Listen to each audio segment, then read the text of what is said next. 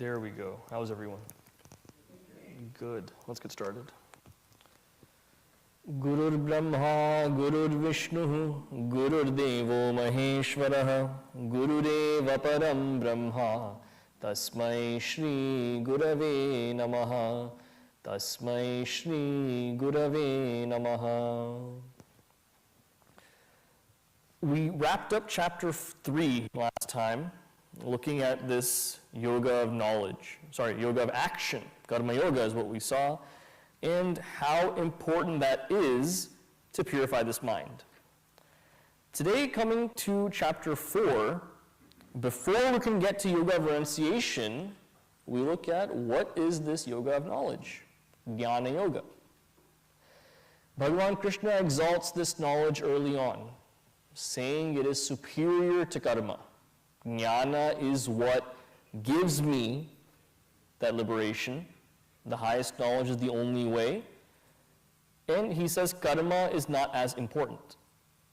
Now, just like you and I, then Arjuna gets tempted and says, okay, I guess karma is not important then. There's no necessity for it. Let's go straight to jnanam.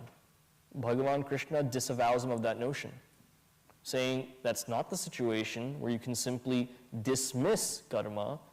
Karma is needed to purify this inner instrument to come to jnana. So we've seen karma's role. Now let's look at Shraddha's role before we get started in chapter 4. When it comes to pramana, valid means of knowledge is what pramana is, there are distinct ways in which I can know things. For example, if I were to ask you, is it dark outside? You look out the window. You don't hold your ear listening for that darkness. You don't walk outside with your eyes closed and, can I smell this darkness? That would be absurd. Your eyes are the portal to understand that knowledge of, is there light or dark? That's what you use. Same thing, does the food taste good? You don't look at it and then say, does it taste good or not? You have to taste it for real. So each of my 5 senses has a distinct functionality to bring knowledge to me. They cannot be cross-functional like that. That's knowledge of perception, pratyaksha pramana, knowledge through these 5 senses. Now there's one more subtle than that, anumana pramana, inferential knowledge. If I'm driving by the side of a mountain, I see smoke billowing from the other side of the mountain. Then I can make that connection and say, there must be a fire on the other side. Can I see the fire from where I am? No. But can I safely make that inference that there's fire? Yes. Because wherever I've seen smoke in the past, there's been a fire there. In this instant also, that smoke is there must be fire. Building on pratyaksha pramana, building on that perceptive knowledge, I can make anumana and inference. Now, this knowledge I'm studying in Gita, of what that highest reality is, of what my true reality is on my identity, distinct from this body, mind, intellect, can I know that through perception? Can I? I can. If I were to close my eyes and for 10 seconds, feel that I am this body for 10 seconds, I would say I have a body, because I can feel my arm, my leg, my back that is hurting from sitting straight, your neck that wants to bend and sleep. All of that is there. You can feel all those things. Those are my equipment, though. You don't feel like that is your identity. Even through perception, we can tell that. We look at a text like Taittiriya Upanishad in the Bhriguvalli, the last section. He goes through each layer of his personality from this gross body all the way to that Vijnanamaya Kosha, meaning that intellectual layer, and on his own, through logic, he figures out, I can't be this body. Why not? Because it ends, there's a time where it begins, there's a time where it ends, therefore I cannot be this body. Can I be this mind at the mental level? I feel that way sometimes with emotions, but again, it's changing constantly. In the morning, fighting with my kid because he didn't want to come to Baba Vihar, there was anger. Now I feel peaceful and serene in the assembly during chanting. I come into Hariji's lecture, I feel sleepy all of a sudden. So different emotions and thoughts come in. With that ever-fluctuating mind, there being no permanence there, that cannot be me. Going to the intellect then, is that me? Again, flashes of clarity every now and then, mostly lack of clarity I have in my intellect. With that many changes, that cannot be me either. So logically, that process is undertaken. But for this idea that I am that substratum, I am of the nature of Sat, existence, Chit, the consciousness principle, Ananda, that infinite bliss, for this to come, I only get it from Shastra. Shabda Pramana is what that's called, the word of the scripture. Now, how much Shraddha is required to get that? If a teacher, Baba Vihar teacher, comes to you and says to you as the parent, your kid ran around the class today and broke some markers and hit a kid, would you believe them if they said that? Let's be honest, it's you and me here. Don't worry about the YouTube people, you and me. Would you believe the teacher if they said that? You would say, where's the video, or we want some kind of validation. You wouldn't believe it right away. Goes against the character of what your perfect children are like. Therefore, give me some proof of this, then I'll believe you. Even what someone says as hearsay, we won't believe right away. This scripture here, unauthored by any person, we don't know when it was created, saying this about my very identity, how much Shraddha must I have to believe what it says? Not just belief, as in believing what anyone says, the conviction to orient my life towards this direction, how much conviction is needed there? It has to be at a very high level. And all empirical evidence points against this knowledge being true. You say worship that Bhagavan, have faith in that Bhagavan. That Bhagavan that you can't see, touch, taste, smell, feel, you can't do any of those things, yet that Bhagavan is real and I must worship him. This idea that I'm infinite bliss and ever changeless. I'm changing moment after moment, that's my whole problem here. You're telling me that's not true. Shraddha verily has to be there on this path, or else I fall into a huge pit. So Arjuna begins this chapter now. He is in disbelief. For what reason? When it comes to any kind of secular knowledge, think back to your favorite subject in school. What was it? No favorite subjects? Science? Science? Math? Indian people, math and science. What else is there? Yes, that was your favorite subject in school. Now, was it the subject that stood out at first, or was there a teacher that really connected with you well with this subject? Even some of our subjects we don't really like later on, we love at that point because the teacher has a connection with us. That makes a big difference. That's the difference, however, between subjects I like, subjects I don't like. Let's go deeper now.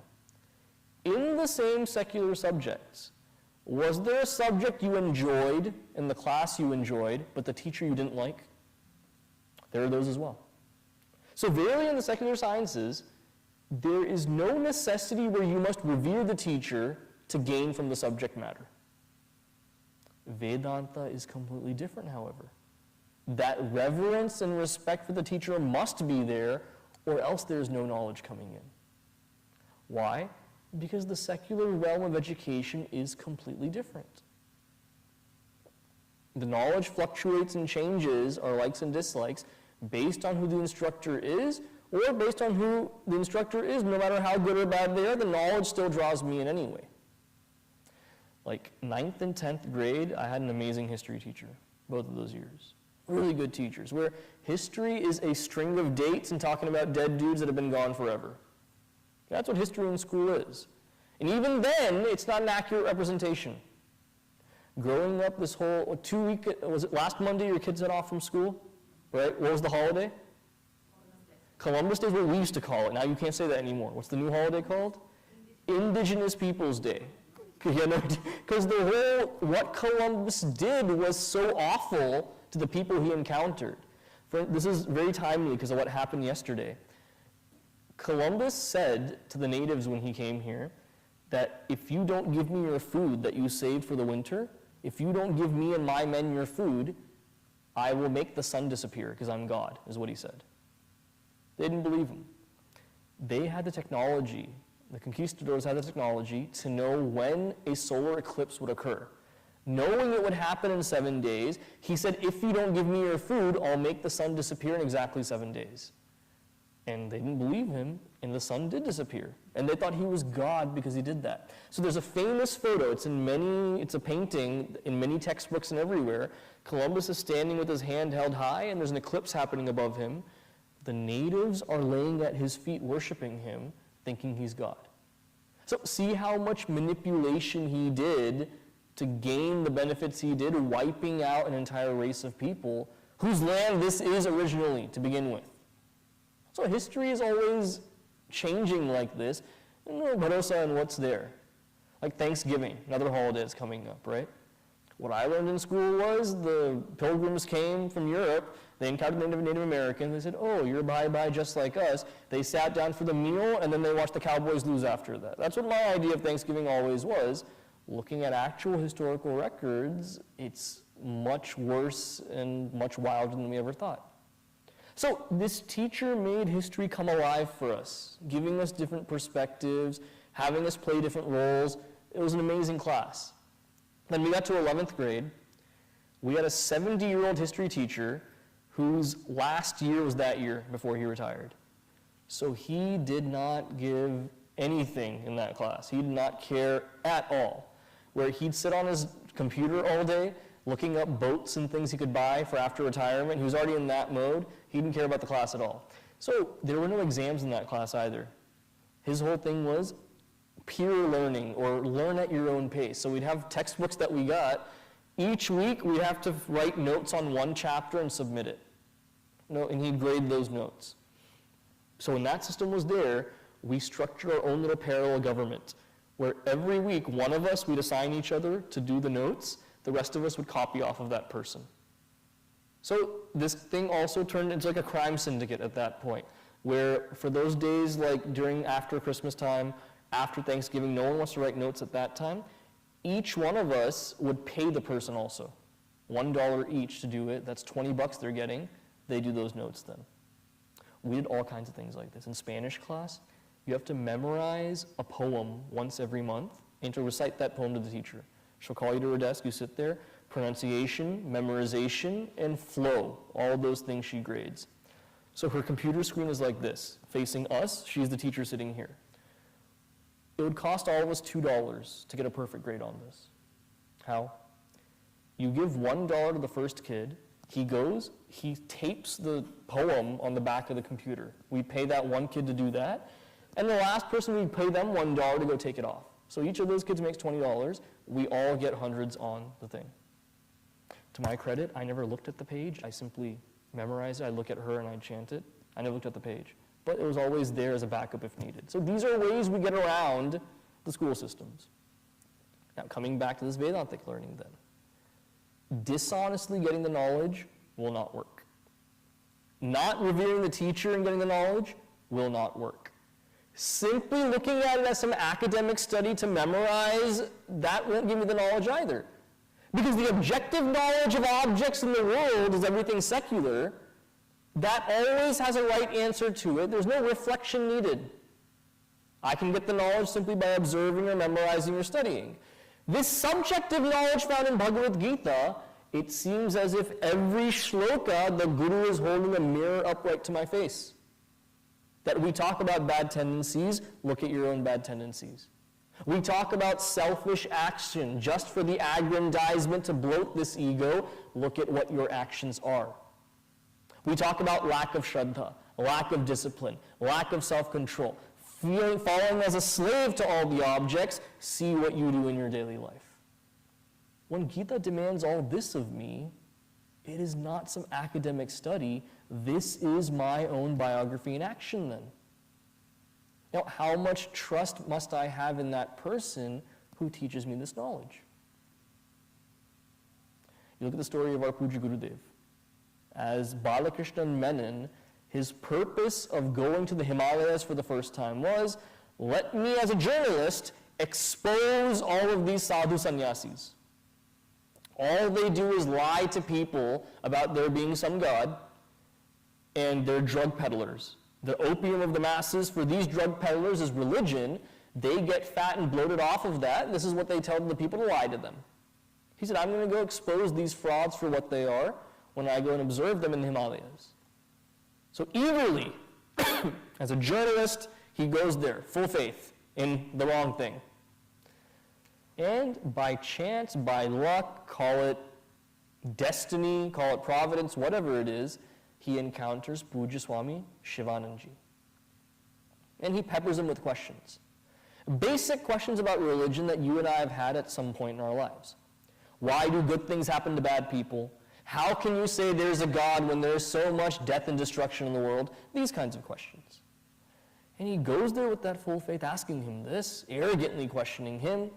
Shivanandaji patiently answers each and every question with so much depth and profound clarity that within a few months, forget abandoning this article criticizing the sadhus, Pujya Gurudev says, I want to renounce the world that I'm in right now. Let me also take up this path. I want to become a sannyasi as well. How great was that Guru Shivanandaji to make that happen? Then after getting sannyasa diksha, he's given the name Chinmayananda, the very embodiment of that consciousness principle. And he says, I want to learn more about this knowledge. I want to go deeper into Shastra. So Shivanandaji recommends a friend of his, Pujya Swami Tapovanji Maharaj, and says go learn at his feet in Uttarkashi. So in those days, with the treacherous roads and the awful conditions, it took Gurudev about 3 weeks to walk from Rishikesh to Uttarkashi. A very treacherous path. So sleeping in caves, under a tree in the rain, feeling sick the entire time, finally gets to Uttarkashi, meets with Swami Tapovanji Maharaj. And he says, I want to be your student, please be my guru. Tapovanji Maharaj says, okay, who are you, where are you from? He says, I'm Chinmayananda, recently taken sannyasa from Pujya Swami Shivanandaji. And he says, where's the proof? Do you have a letter or something from Shivanandaji? He says, no. He says, I have no proof that you've been asked to be my student then. So go back to Shivanandaji in Rishikesh, get a letter saying who you are, and then come back. Now, 99 out of 100 people, meaning any of us, if we were given that ultimatum, we'd say, Hari Om, this knowledge is too high for me. I've come high enough in the Himalayas, let me go back to life. Instead, Gurudev goes down again to see Shivanandaji, gets a letter signed by him saying that this is my student who I gave Diksha to. I'm sending him to you to learn. He signs that. Gurudev makes that journey again, all the way to Uttarkashi, 3 more weeks, gives the letter to Tapovanji Maharaj. Tapovanji Maharaj doesn't even open it, simply puts it to the side and says, all right, let's learn. Meaning the test was, how bad do you want this knowledge? Other knowledge in the secular realm, even if I don't want that knowledge, it will still come at a certain point. Simply listening to it over and over again. It's like your kids' favorite songs. You don't even know what the words are or anything. You know it in the back of your head because driving them around all day, that's all that's playing. Like that knowledge has to come into my head at some point. This spiritual knowledge, though, I can listen to it 1,000,000 times over. I can understand every word of its meaning, but if I don't live it, that knowledge will make no difference in my life. That's the peculiarity of this knowledge. Now, starting off in chapter 4, Arjuna's confusion is here, the person teaching him this knowledge is Bhagavan Krishna. Now, you have a best friend? Yes? Be verbal with this, it's important. You have a best friend? Are they smarter than you? Some hesitation. A lot of you think you have dumb best friends. Good. Some of you said yes. Would you trust them with your life? Some people said yes very quickly. Some of you hesitated again. So some friendships need work. But the funniest part was when I said, are they smarter than you? And many of you didn't say anything at all. So we are the smart ones in our friendships, I guess. Now, if this friend, no matter how smart, dumb, whatever they are, said to you as a friend, I have the greatest knowledge in the world that will transform your life, learn it from me as my shishya. Honestly speaking, would you agree?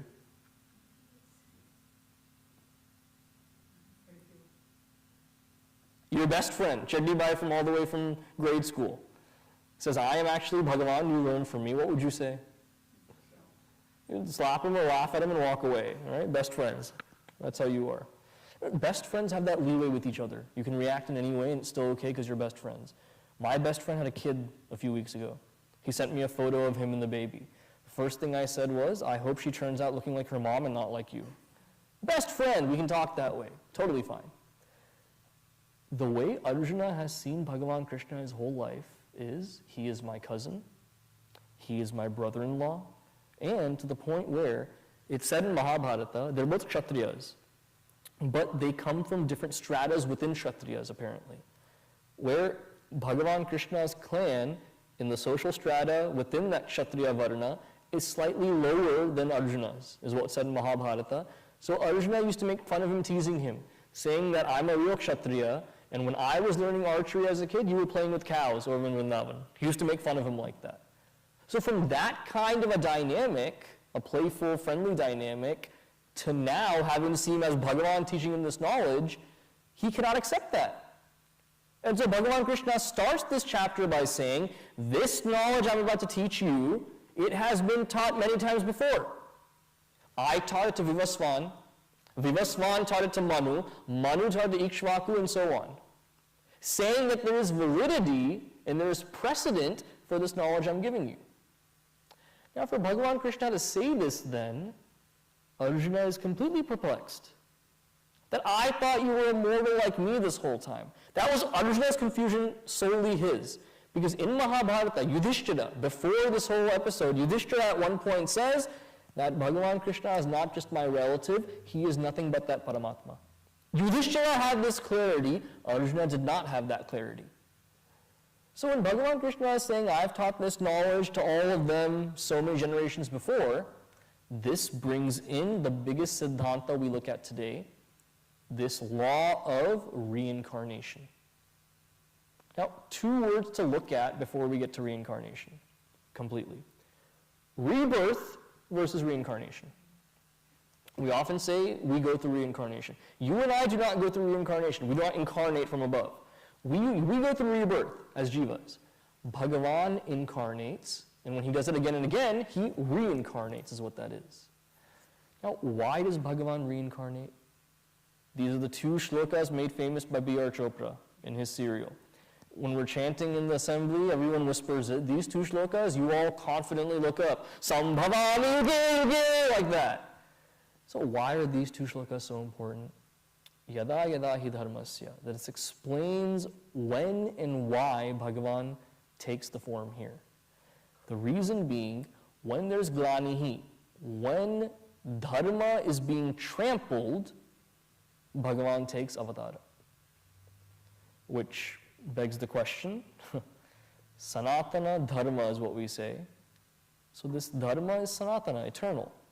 By definition, that which is eternal can have no deficiency in it to decrease or get trampled.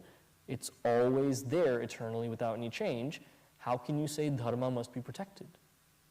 What Bhagavan means here is, when those that are practicing this dharma are being persecuted, they need my protection, that's why I come. For example, during Mahabharata, he came down as Bhagavan Sri Krishna. How many people died fighting in the Kurukshetra war? Number is given in Mahabharata. How many people died fighting in this Kurukshetra war? 1.6 billion is what's given in Mahabharata. Now you can come with the objection, Hadiji, how is that possible? The population was not that much, blah, blah, blah, blah. Yes, I know. The books tell us something different, the Western textbooks. In Mahabharata, clearly it's given at the end by Sanjaya, 1.6 billion perished.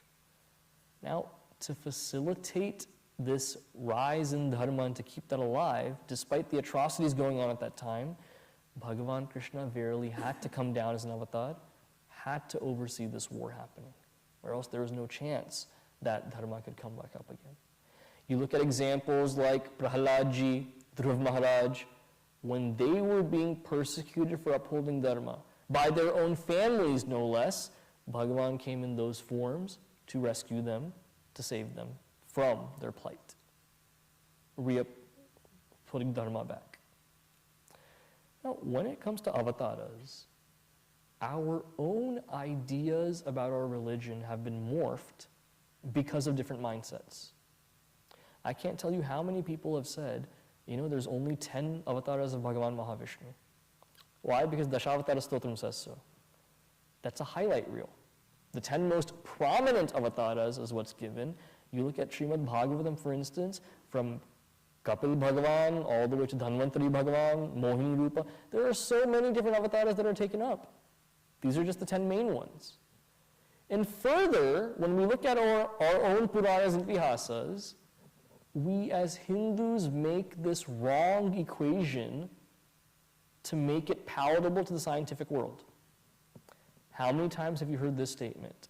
The order of the avatars given, Matsya, Kurma, Varaha, Narasimha, all of these mirror what evolution of creation is. Have you heard that argument before? And as Hindus, we say, oh, we're so scientifically advanced. That's all nonsense. What's the first avatar given in Bhagavatam? Not Matsya. Adi Varaha. It's called Adi because it's the first one. Adi Varaha is the actual first avatar that's given. Because of this Dashavatara Stotram and the reason why it's given, Matsya, Kurma, Varaha fits a perfect meter that way. That's why it's said that way. Now, where did this idea of evolution come in then? There was one Bengali scholar of different religions. His name was Keshav Das, I think was his name. And in the 1800s, he had studied Islam, he had studied Christianity, everything. He wanted to make a symbiosis of one religion that could serve mankind. He wanted to find the similarities everywhere and make it palatable to everybody.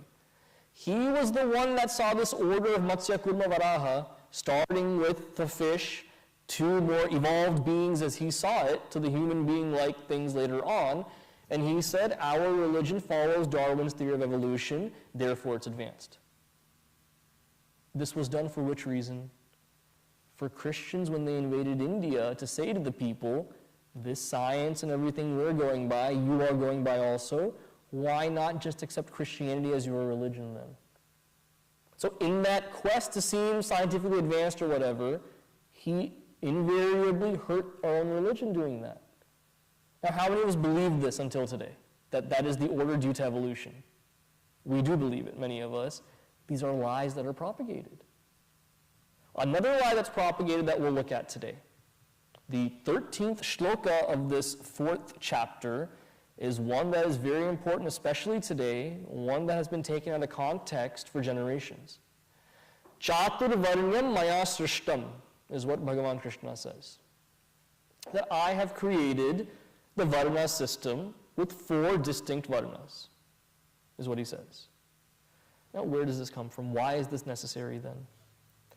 Because at this point in Bhagavad Gita we find the only way to purify this mind is through karma.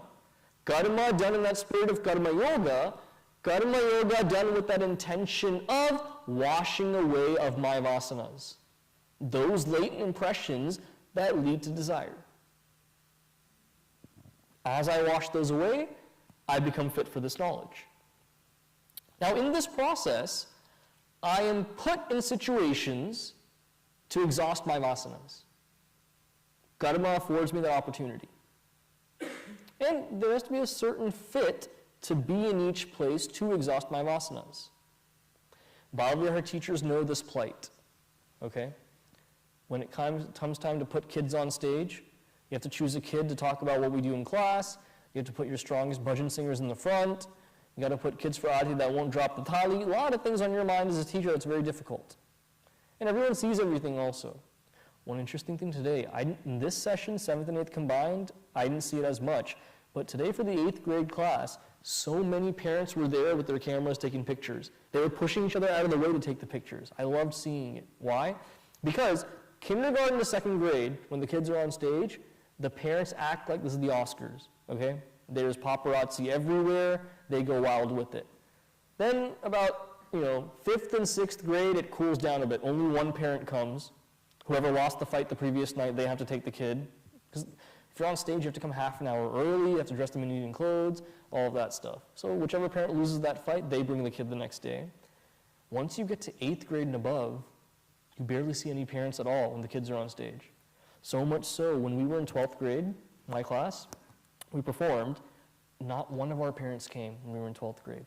The only person that took a video of us singing was our 11th grade teacher, who's seeing one of our parents there. He felt sad, so he took a video for us.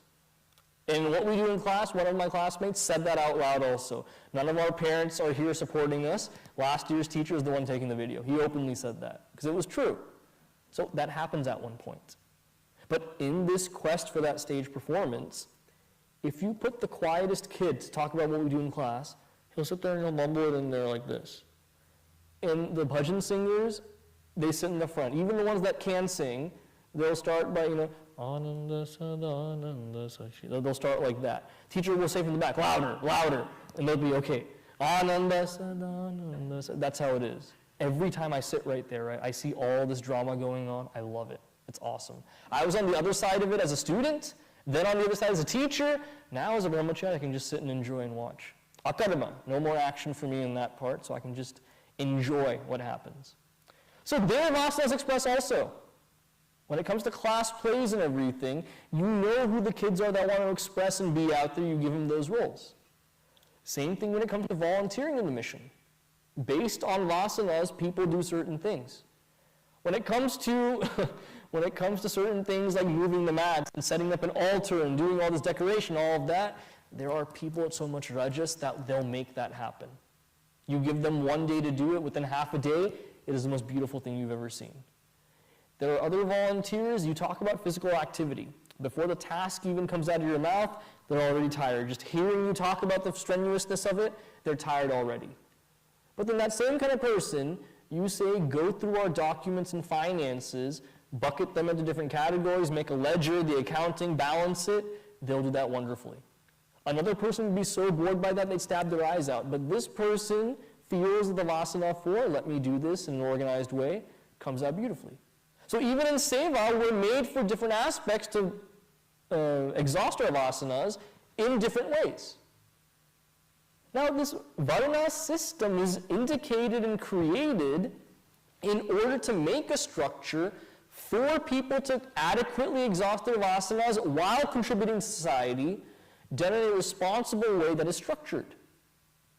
So if Bhagavan says here, guna karma vibhagashaha, that these varnas are indicated in accordance with guna, meaning preponderance and layers in the personality, and karma, what action or vocation must be taken up by each of the varnas.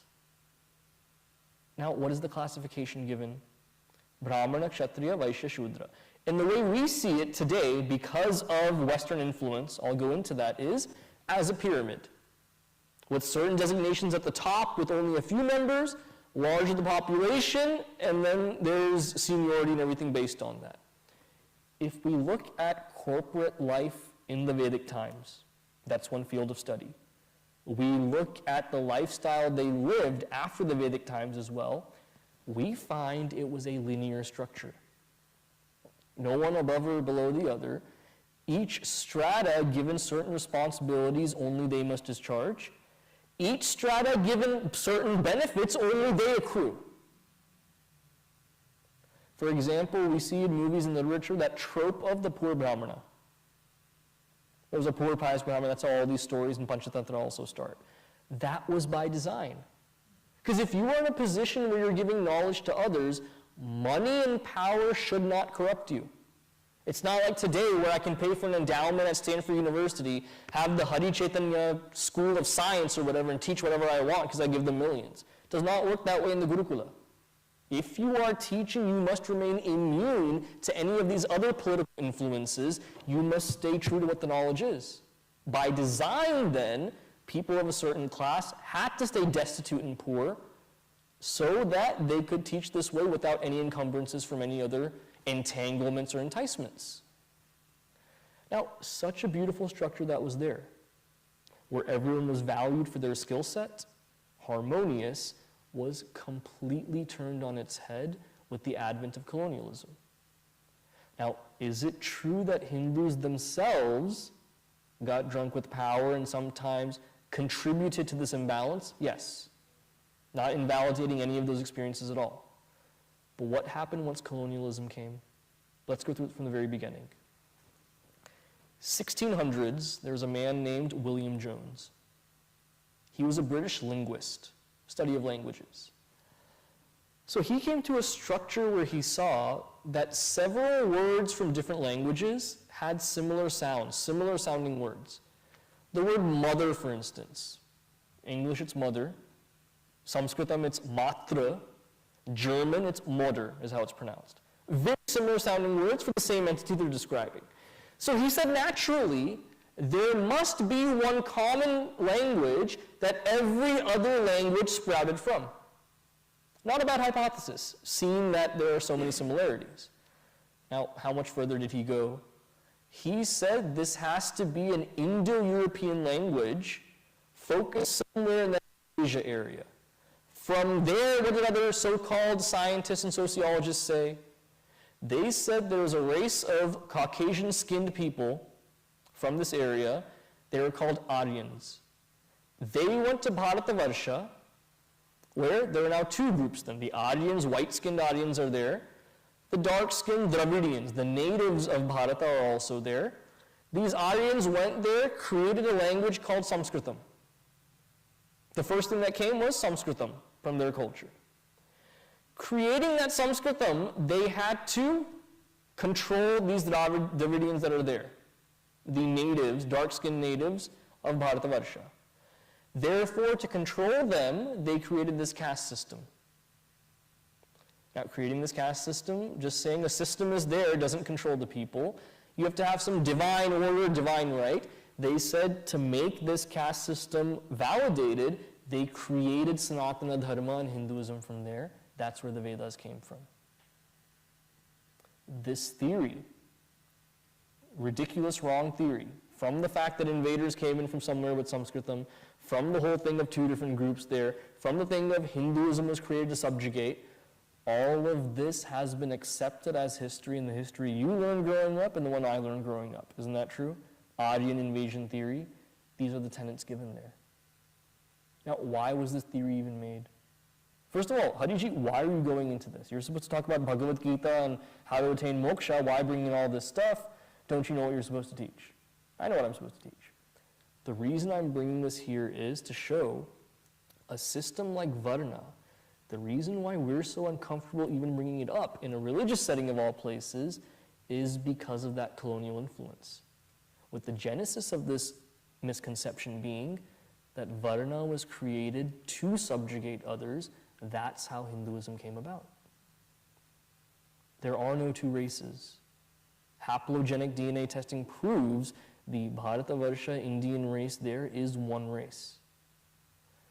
Now, with this kind of misconception, what else happened? Once the colonialists gained an advantage and a foothold in India, they saw there's a minority of Britishers here, everyone is Indian. How hard is it to control people when you're the minority and they're the majority? If you can't overpower them yourself, how do you control a vast majority of people? You divide them and you pit them against each other. So what did the British administration do? They made it so for several generations, they only took people from, quote, higher castes to be in their administrative capacities, in their secretariats. They only got those people to be there. And after a few generations, they pointed to the others and said, see, these so-called high caste people, they took all these positions, they left you out. That's what created that first cudgel. Or else, you look in Bharata's history from before 1700 all the way back to Vedic times, and until those Islamic invasions happened also, this Varna system kept society intact. Not just as a social structure, but as a way for them to exhaust their vasanas in these different distinct fields and do their dharma that way. Because as much as we say here that guna and karma is all that is attributable to varna, janma also plays a role, doesn't it? Where all of you here, Chinmaya mission is not your first introduction to religion completely. The first time a puja was seen or something done, some kind of chanting, whatever it was, your parents and or grandparents gave you that influence. Am I right in assuming that? The fact that you were born into a family that valued this kind of samskara is also punya that you've done in the previous life. How many others are born into these kinds of families that do not have any exposure to it in the family because it's not practiced? You were, meaning even your janma in that family with relation to moksha in your path has some kind of purpose. Janma also matters to exhaust these vasanas. Now, with this varna system, in the way it's been miscast as caste and completely used to denigrate Hindus, what are the effects of that even today then? Did I tell you about A.K. Majumdar? Did I give you the example in this class yet, in Seattle? Did I ever do that? No? When I was growing up, I had done some research on the history of Hindus in America. And the first Indian Hindu to get US citizenship was a man named A.K. Majumdar from Bengal. He got that citizenship in 1913. His case went all the way to the Supreme Court, where the rule at the time, after the Civil War, was unless you are African American or a native Caucasian, you cannot be made a US citizen. So early on, those foreigners who came from Italy and Ireland, they're all enmeshed with the American thing now, they were not given citizenship. So A.K. Majumdar was the first Hindu to gain American citizenship. So growing up, I thought, okay, court case and everything, he must have gone to the courts, said, I am a human being and a man just like anyone else here, I deserve the same rights because I contribute to society, give me a citizenship, and I thought he won that way. I was always really inspired. Then in college, I did my homework even further. I looked at the court case. In the court, his lawyer argued that A.K. Majumdar is a high caste Hindu from Bengal. Because he's a high caste Hindu, that means he's a descendant of Aryans, that race that invaded, therefore he is originally Caucasian, therefore he deserves citizenship. Saying that argument, he got his citizenship. How shameful is that? That as a Hindu, using that misconception and distorted history, that negationist history, using that to his advantage to say, I am Caucasian, give me citizenship. The good thing was that citizenship was taken away, revoked a few years later. Then in 1919, the second ever Indian person to get US citizenship was a man named Bhagat Singh Thind, 1919. What was his argument? This argument was the best one. He moved in the early 1910s to the United States. He joined the US Army and fought for America in World War I. His argument to the court was, you idiots, I fought for you to save your freedom, I put my life on the line. What the heck are you doing not giving me citizenship? And he won his case that way. That one I can get behind. I like that one. That's a good way to go. But this first one is utter nonsense. Being the first ever person who's Hindu to get US citizenship, the vestige of that is he did it predicated on a colonial lie.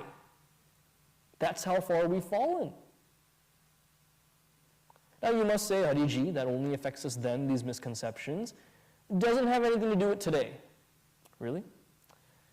2 days ago, Friday, there's a YouTube video that popped up on my feed. It was filmed on October 13th. It was a video where there's a Muslim scholar sitting with a journalist. I use the term journalist very loosely. With a journalist named Peter Friedrich, where he's saying the biggest threat, this was at a mosque by the way, the biggest threat to the world today is Hindu extremism. And he's saying the Hindu nationalists are ruining India, ruining the world, they hate everyone else, and he's giving all these examples that have no claim of reality, and he's saying even in America, these Hindus in certain organizations are complete radicals, and they want to wipe out Muslims and Christians from the world. That's their goal. Now let's make this real. Where was this interview filmed? I looked at the YouTube channel. Where was it filmed? East Plano Islamic Center was where it was filmed. Right in our backyard. And to make this worse, there were times when they panned out, the audience in the front, they're the ages of our Balvihar kids. So in certain places, and they're pointing at the caste system and all this as the beginning point, then they go further into this Hindu extreme ideology is the same thing as what the Nazis said.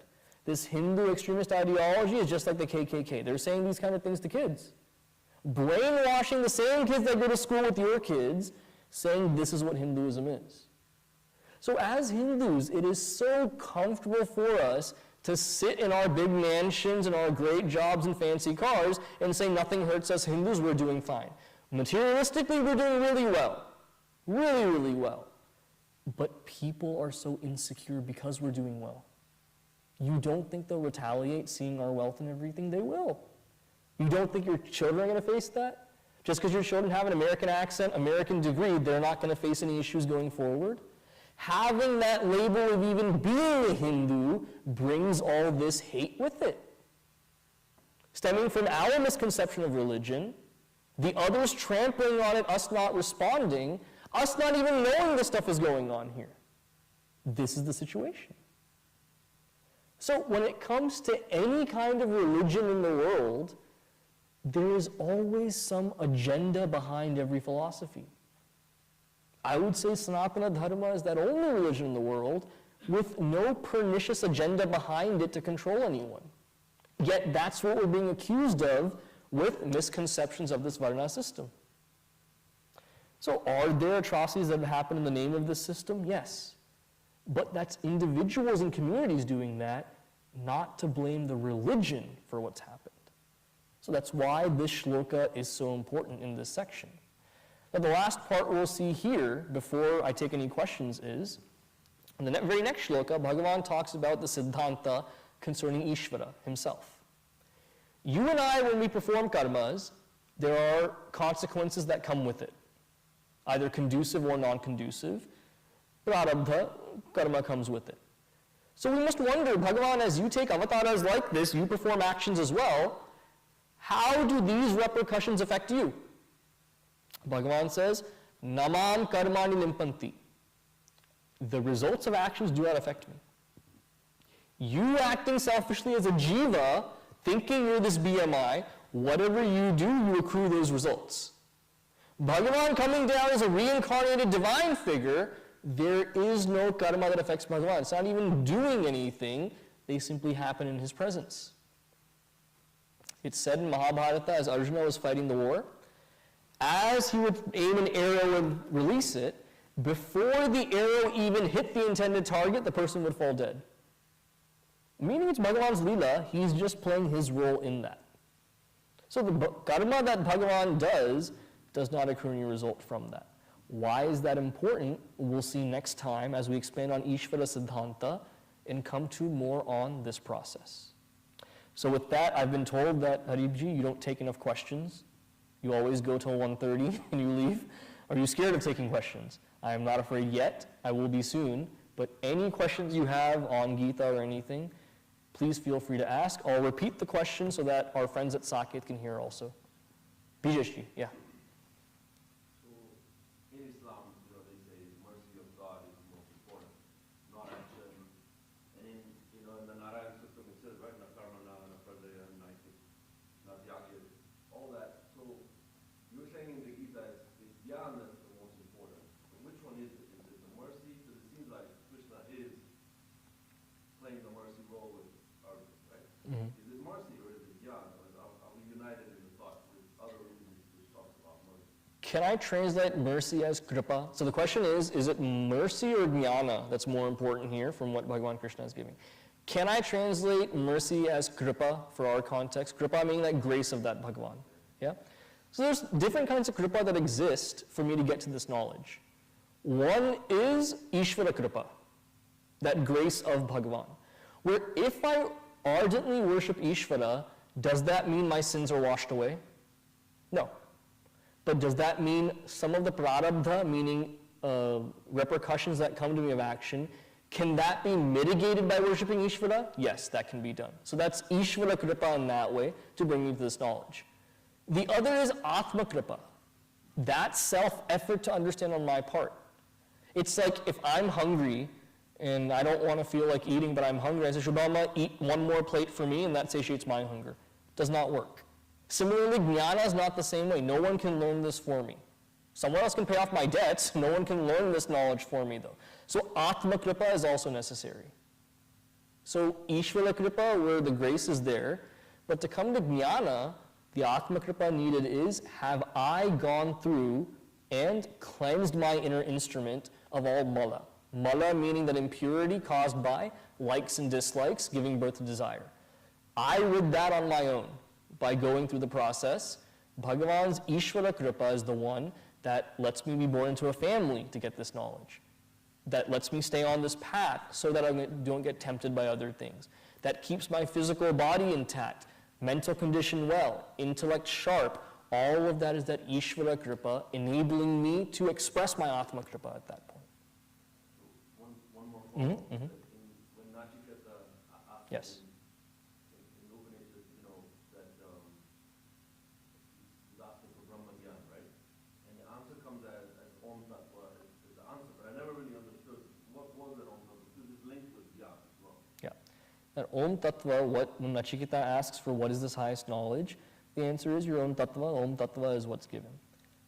When I go through this process, it's called Neti Neti. Na iti, na iti. I look at different layers of my personality. This gross body layer, na iti. This cannot be me for the following reasons. Tear that layer away. Mental layer as well. Tear that away. Intellectual layer. Tear that away. The sheath that's called the bliss sheath, Anandamaya Kosha, was the storehouse of those vasanas. Also not me. Tear that away. What remains after all of that is that tattva represented by Om. That is my true identity, whatever remains there. Where at the level of substratum of the individual, we call that Atma. Substratum of this entire cosmos, we call that Brahman. They're one and the same. One and only, actually. The only existent thing is that Atma, that which remains after all layers. So when we say look inward, what does that even mean? Do I cut myself open and look? Looking inward is getting rid of all of those different layers on my personality. Whatever remains is that Atma. Any other questions? You were kind of putting your hand up. Swatting a fly? Okay, never mind. Any other questions? Yes, Amma. What is the role of trigunas in determining one's birthright? When we look at, I'll use Varna as a context for this then. When it comes to Varna then, the preponderance of the gunas determines Varna. Where Sattva Pradhana is there, Tamas is lower, Rajas is lower. For intellectual pursuits, calmness of mind, this preponderance is perfect there. Therefore, Brahmana Lakshana, they say, has that higher Sattva, lower Rajas and Tamas. If I'm someone engaged in administration, looking after my kingdom, keeping people safe, Sattva Pradhana and letting things happen will not work. Rajo Pradhana has to be there for that person with Sattva as well. Tamas has to be much lower, Rajas must be there, along with a preponderance, good dose of Sattva, Kshatriya mindset will come. If I have a Shudra Pradhana personality, this is not something that's a bad thing. It's where skilled labor, those actions are more physically intensive in that way, requiring a depth of understanding in certain areas. That's where Raja Pradhana has to be there. Tamas also to an extent. That let me not have such an impact where I say I don't want to do any of this, let me just recluse myself and focus on some learning. That's not the purpose of that vocation. Let that Rajas be there. Tamas also be there to an extent to want to do these things. You look at a company, for example, any company. You have different personalities. You have your C-suite with the CEO, CFO. They're making the direction for the company. Are they the ones working the hardest, though? It's those data entry grunts who are there till 3 in the morning that are doing that. Their job is specialized. In terms of direction of the company, they have no say in that. Without them, does the company run? It falls flat on their faces. I wish the people in the C-suite knew that, but without the people that are doing all of these specialized, skillful labor things, the company does not succeed. Now, where does guna matter in this whole example then? Say you have a sales team that you're leading, okay? Sales guys are the most tenacious ones you'll ever meet. When I was working in software before I became a brahmachari, I worked in sales operations. So we worked hand in hand with the sales team. We're the analytic side, they were the talking side. So the sales guys get 10% commission on everything they sell. 10% is their commission. One of our guys, he sold a deal for $1 million. So his commission is how much? One time, 100,000 lump sum that he's getting. So as sales operations, we're the ones that cut him the check. He was emailing me day and night for a week, and I'm like, dude, it's going through the process for payroll, it's happening, like, it's gonna I'm not gonna run away with 100,000, it's gonna come to you, but he was sending me threads of emails and everything. Looking through those emails, I was fascinated. To get that client to buy our software, he was contacting him at midnight, 3 a.m., and 6 a.m. for months at a time. So I asked him, like, dude, are you a vampire? Like, when do you sleep? And he's like, it's about that commission, bro, is what he told me. For that 100,000, he didn't sleep for a whole month, it seemed like, because that's what all he was doing day and night. 1 month, $100,000, can't argue with that. I mean, that's a pretty good payout. Now imagine the salespeople work that hard tenaciously to sell because they get that thing. It's Rajas, they want to do that.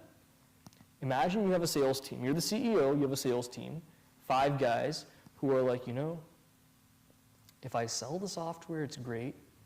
Even if we don't, we have our health, we have our families, what more can we want? And they sit like this. Would you want them on your sales team? If I'm a CEO, I want stone cold killers out there who will do anything to make that sale for that commission to make me money as well. So in any situation, gunas are there for that purpose, in that they determine what the person's path will be, also to exhaust their vasanas. Putting someone in a sales role who is afraid to talk to anyone outside their parents, that's not going to work. They're not going to be able to do anything in that role. At the same time, putting someone that's only specialized in a certain part of the labor, putting them in charge of making decisions for a whole group, that's also leading to problems. So this is how gunas relates to varna, leads to preponderance of the personality as well. And the beautiful thing about gunas that just blows my mind every time is 3 simple components, that's all it is, right? Sattva, Rajas, Tamas with a description. We use that as a framework in Bhagavad Gita when it comes to ahara, what I consume, when it comes to shraddha, level of my faith, when it comes to jnana, what kind of knowledge I'm after, when it comes to tapaha, what kind of austerities I follow, when it comes to dhritihi, the kind of fortitude I have. For any department in my personality, these 3 gunas explain what my personality makeup is. What a beautiful framework that's offered like that. 17th chapter of Gita is when we see that. Any other questions? Yes, Amma. The word three, Mm-hmm. so to say sattva, tamas, rajam, guna. So 3 words come from the I've heard that before. I don't think it's etymologically true. Question was 3. The shabdas 3. Sattva, Rajas, Sattva, Tamas, Rajas is that. I'll have to look it up and let you know. I've heard that before, but not from a great source.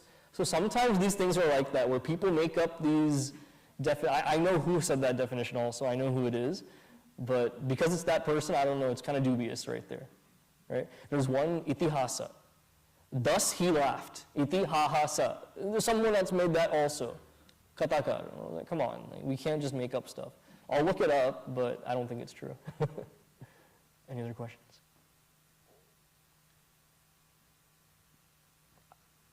As a follow-up, right? Uh-huh.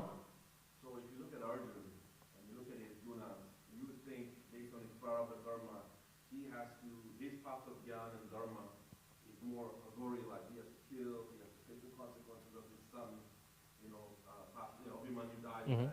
So the choices he made to do what was dharmic, what was jnana-based or based on his karma or whatnot, led to these consequences. Whereas if you look at, let's say, Nachiketa's example, it was neti, self-reflection, meditation, maybe to reach that. They both took the path of jnana, and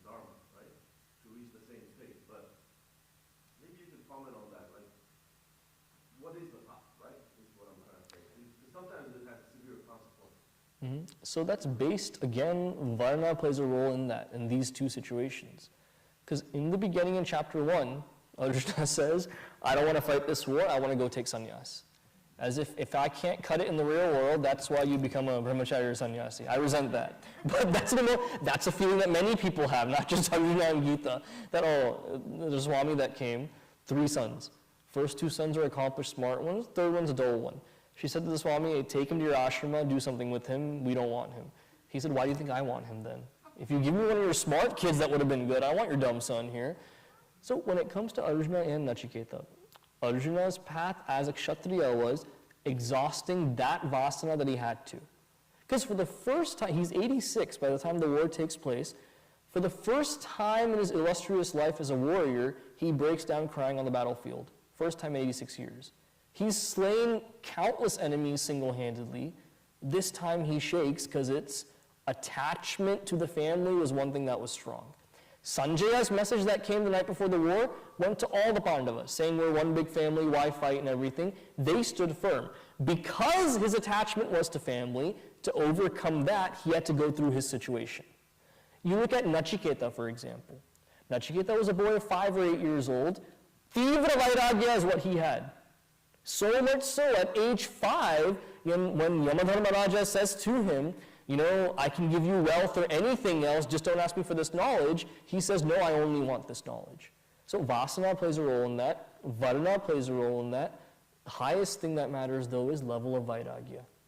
How much does someone has to go through to raise that Vairagya?